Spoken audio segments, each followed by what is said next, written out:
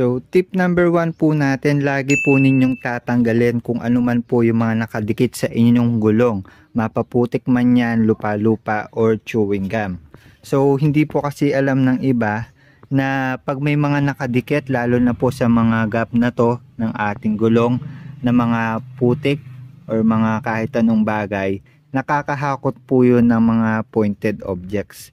So kapag nakahakot na po yun ng pointed objects, kahit hindi pa po tuwirang nakatusok sa ating gulong yung mga pointed objects na yun, katagalan po or habang nagbabiyahe po tayo, magde-deform po yun or umiikot po yun, nagagalaw at maaari pong makatusok sa ating gulong at makasira po ng ating gulong. So yun po yung kailangan yung tandaan. So kapag may time po kayo, kung nakikita nyo pong marumi or may putik-putik po yung ating gulong, tanggalin nyo ng brush or kahit anuman, basta matanggal